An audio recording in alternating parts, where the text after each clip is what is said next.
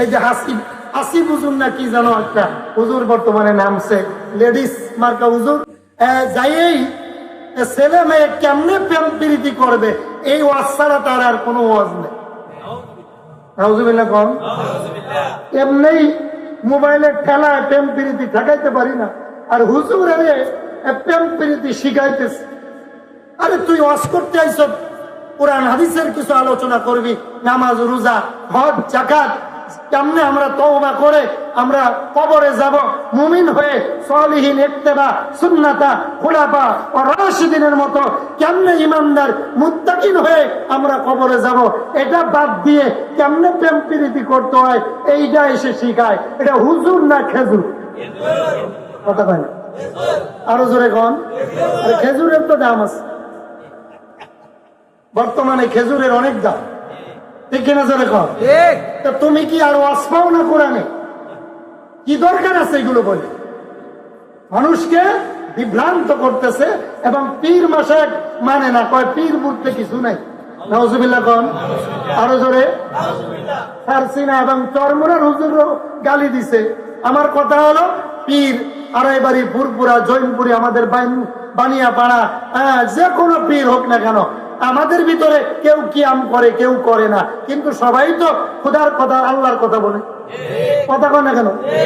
কিন্তু একদল আছে দেখবেন মাশাআল্লাহ পীর নাই, এখন মা বাবাই পীর, আছে না নাই? এইভাবে ফেতনা এমন ভাবে ছড়াইতেছে। আচ্ছা আপনারা বলেন, এদেশে জৈনপুরীর পীর সাহেবরা এই লুঙ্গি পরাইয়া লেংটি খুলে লুঙ্গি পরাইছে না? জোরে কন, পরাইছেনি?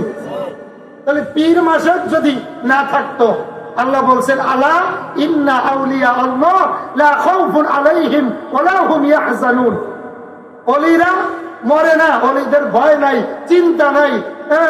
ওলিউন হাক্কুন, ওলিরা হক, ঠিক না? আর পাতি হুজুরে কয় ওলি বলতে কিছু নেই। জোরে কন নাউজুবিল্লাহ, আরো জোরে কন নাউজুবিল্লাহ। তো বন্ধু, বর্তমানে বক্তা চিনাও কঠিন। এমন বক্তা বর্তমানে আসছে, ওয়াজ করে আরো মানুষকে জাহান্নামের পথে দিবে, ঠিক কিনা জোরে কন? আপনাদের নসিব ভালো, আল্লাহর একজন ওলি আপনারা দাওয়াত করেছেন, আমি হৃদয় থেকে খুশি হয়েছি। আল্লাহ আপনাদের আর হুজুরের নেক হায়াত দান করুক, জোরে কন আমিন। আমিন। বন্ধুগণ, আমি সর্বপ্রথম আলোচনা করব তাওবা। কিসের তাওবা? তওবা কাকে বলে, কত প্রকার, কি কি? বর্তমানের যুগে তওবা নাই বললে চলে। আমার নবীজির কোনো গুনাহ ছিল না, কিন্তু কিতাবে আসছে 70 থেকে 100 বার নবীজি প্রতিদিন তওবা করতেন। সুবহানাল্লাহ, বাড়িতে কয়ে আরো জোরে। কি ধান কাটছেন নাকি আজকে? দুর্বল কেন? গরম? আলহামদুলিল্লাহ, তারপরেও কিছু লোক আসছে। ঈদের পরের দিন আমি যে মাহফিলে প্রথম করলাম, আলহামদুলিল্লাহ অনেক লোক, তো ওরা বলছে হুজুর 1 সপ্তাহ করে আমরা আসতে পারি। তো ধান কাটার গুণ আর গরম, ঠিক কিনা? তো যাই হোক, 1 নম্বর তাওবা। তাওবা এমন একটা বিষয়, রাসূল সাল্লাল্লাহু আলাইহি ওয়াসাল্লাম বলেন, যে লোকটা তাওবা করবে আল্লাহ রাব্বুল আলামিন তার উপরে অনেক খুশি হয় এবং প্রতিদিন কমপক্ষে 70 বার রহমতের নজরে আমার আল্লাহ চায়। আরো জোরে। তাওবা কি? তাওবা অর্থ ফিরে আসা। আমি গুনাহ করছি, জীবনে আর করব না। আমরা সকালে তওবা করি, বিকালে সুদে টাকা লাগে। আপনাদের দিকে কিন্তু সুদ নাই, যশোরের কথা বলতে, আপনারা রাগ করেন না। সুদ খাওয়া সুন্নাতে মুআক্কাদা, যারা খায় তারা খুশি। হুজুর এটা পাইছি, এই হুজুর তো দরকার। সুদ খাওয়া এত বড় পাপ, আপন মায়ের সাথে 42 থেকে 70 বারের বেশি জিনা করার থেকে পাপ। আরো জোরে, আরো জোরে।